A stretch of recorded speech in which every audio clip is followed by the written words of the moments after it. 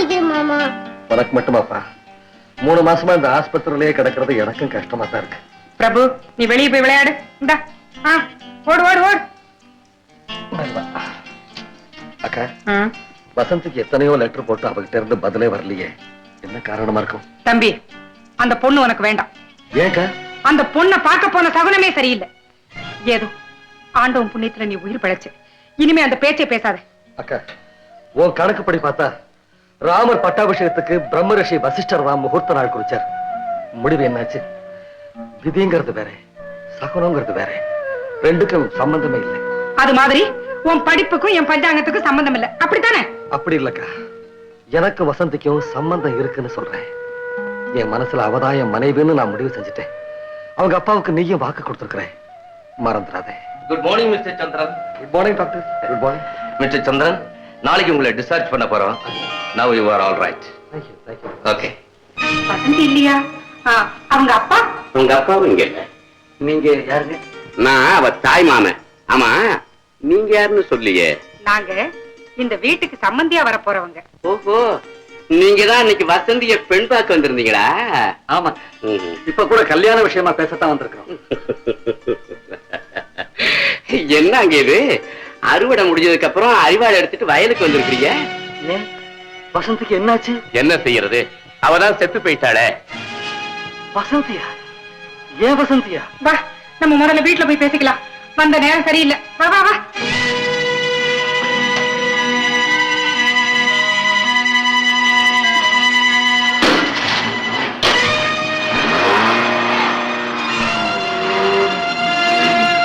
அப்பா ராஜவேலு. என்னம்மா? இப்ப வந்துட்டு போறது யாரு? வந்துட்டு போறானே அவனை கேக்குறீங்களா? அவன் தான் வசந்திய கட்டிக்கிறதுக்காக இருந்தவன். அந்த பையனா? ஆமா, நீ என்ன சொன்ன? வசந்தி எங்கேன்னு கேட்டான். வசந்தி செத்து போயிட்டான்னு ஒரு குண்டை போட்டேன். ஏன்பா அப்படி போய் சொன்ன?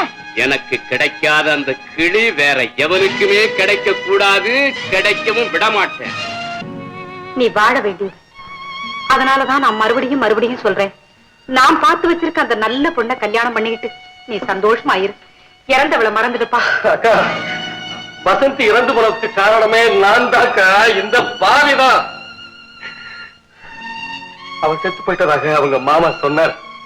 இல்லக்கா, இல்ல, அவ தற்கொலை பண்ணிட்டு இருக்கணும்னுதான் எனக்கு தோணுது.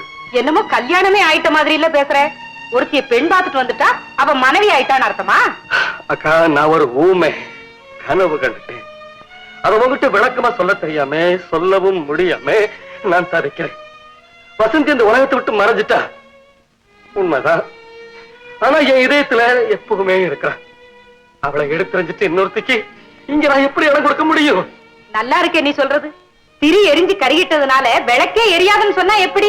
வேற திரிய போட்டா விளக்கு தானே எரியுது. நீ சொல்றது 5 திரியில எரிகிற குத்து விளக்கு, நான் சொல்றது ஒரே ஒரு திரியில எரிகிற குடும்ப விளக்கு. அது தூண்டுற விளக்கு, இது தூண்டா மணி விளக்கு. கல்யாணம் ஆகிறதுக்கு முன்னாலேயே அவ செத்து போயிட்டாங்கிறது உன்னுடைய வாதம்.